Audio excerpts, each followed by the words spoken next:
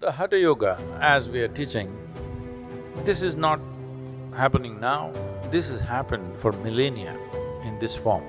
This is a lineage where nobody left a signature on the yoga.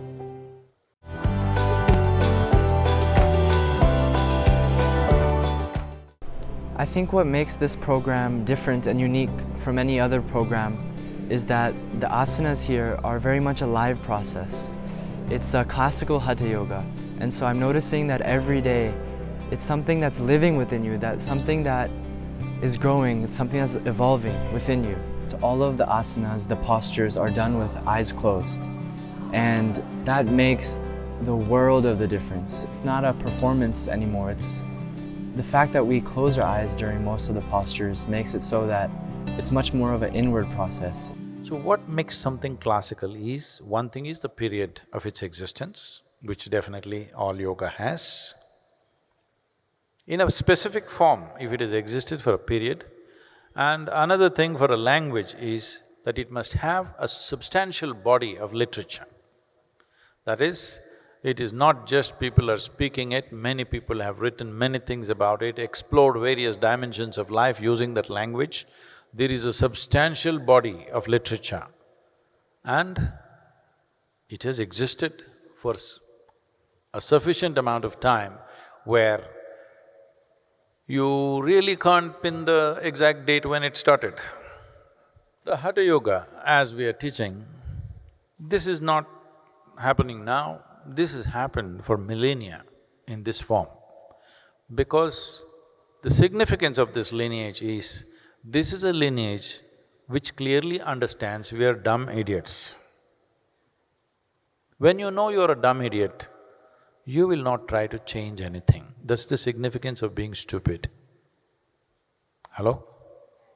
When you think you're stupid, you don't think you will have to innovate, isn't it? People who think they're smart, they always have to make something of their own, they have to leave a signature. So this is a lineage where nobody left a signature on the yoga. I even feel within myself, I shouldn't tell you this, but now you asked, I'm telling you, I don't feel right to even call it Isha classical Hatha Yoga. Within me, it's not okay. Classical Hatha Yoga, that's all it is. Isha is added because today's world functions with brand, and you must understand, the brand of Isha has been built with blood and sweat. Classical Hatha Yoga, that's all. Because no frills, no addition from us, just the way it was, and its potential is limitless.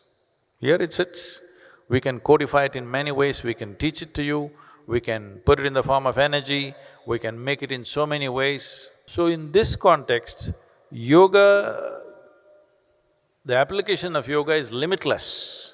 So it has a body and its age is also quite timeless, at least in human perspective.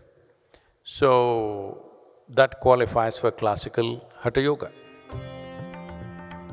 It's taught in a really traditional way, like, the Gurukuls in India, it's like that. It's not like a school or a college or a university, though it's international, people from all over the world come here, but still the sanctity of the process, the sacredness of the process and tradition in which it has to be taught, that is maintained, and that's what makes a whole lot of difference here.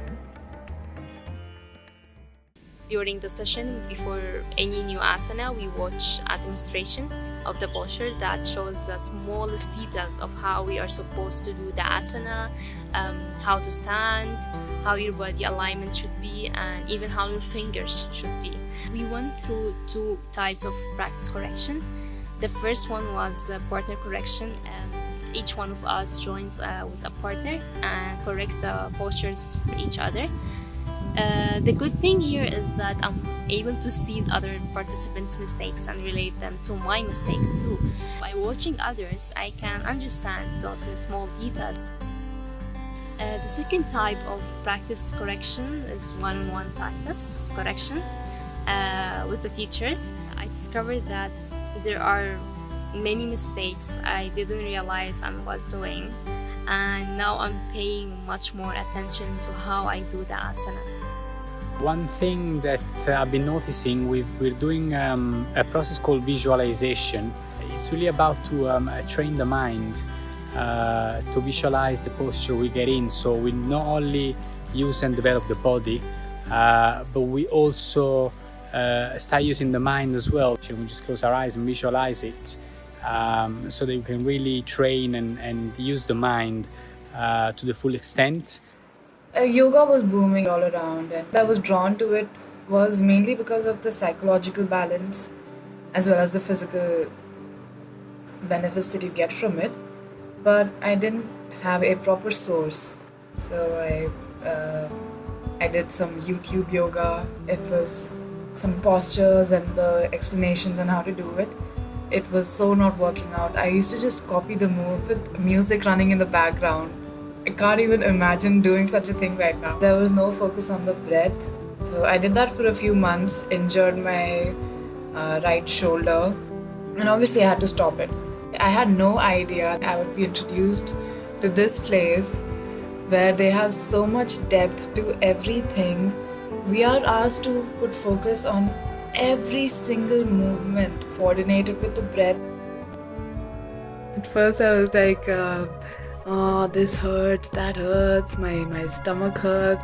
Every day I actually want to do more of it so that I can break that limitation of, that resistance that I have towards sadhana. Every day I wake up thinking, let's push yourself a little more, and maybe we'll get there a little quicker. So yeah, and can't wait to lose some more weight, man. This is like, it's dragging me down a little bit, so I want to be out there, but the body is a limitation, so I'll work on it more. I'm not only learning Hatha Yoga, actually I'm learning a new way of life and learning the ideal way of becoming a Hatha Yoga teacher. And I'm also becoming more aware of unconscious patterns of my life. Everything in the program is very precise, and I'm looking forward to learn more from Isha.